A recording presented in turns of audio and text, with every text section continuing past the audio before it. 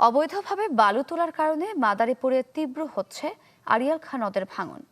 এরই মধ্যে বিলীন হয়েছে বেশ কিছু ফসলি জমি, ঝুঁকিতে বসতভিটা ও রাস্তাঘাট। অভিযোগ আছে প্রকাশ্যে এমন কর্মকাণ্ড চললেও নির্বিকার প্রশাসন।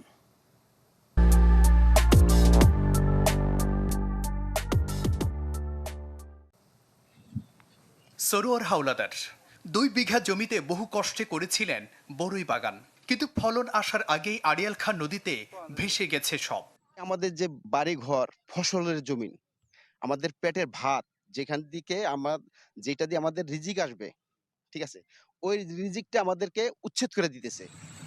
এমন কষ্টের গল্প শুধু সরোয়ারের নয়, মাদারীপুরের সদর, কালকিনি, রাজৈর, ডাসার ও শিবচর উপজেলার অন্তত 20টি গ্রামের 2 শতাধিক পরিবারের। স্থানীয়দের অভিযোগ, আড়িয়াল খাঁ নদীতে দিনরাত অবৈধভাবে ড্রেজার দিয়ে বালু উত্তোলনে বেড়েছে ভাঙনের তীব্রতা। এর মধ্যে 22 কিলোমিটারের বেশি ভাঙনে অন্তত 50 বিঘা জমির পাশাপাশি বিলীন হয়েছে ঘরবাড়িও। ড্রেজার দিয়ে বালি কেটে নিতে আছে, আমাকে ক্ষয়ক্ষতি করতে আছে, জায়গা জমি সব নিতে আছে। এত ভাঙ্গে চুরিয়া যায়, তাহলে আমরা কিভাবে থাকুন, কই থাকুন? ড্রেজার দিয়ে মাটি কাট দিয়া আমাকে ঘর দুয়ার সব ভাঙ্গিয়ে দিতে আছে। তারা হেলে হুমকি দমকি দিয়ে দাও কাছি দিয়া রাইতে মাইরে হালাইমু, এর কথা কইলে সমস্যা হইব। অভিযোগ আছে মাদারীপুর ও কালকিনি উপজেলায় রাজনৈতিক ছত্রছায়ায় এসব অবৈধ ড্রেজার পরিচালনা করছে একদল প্রভাবশালী। যদিও যাদের বিরুদ্ধে অভিযোগ, তারা তা মানতে নারাজ।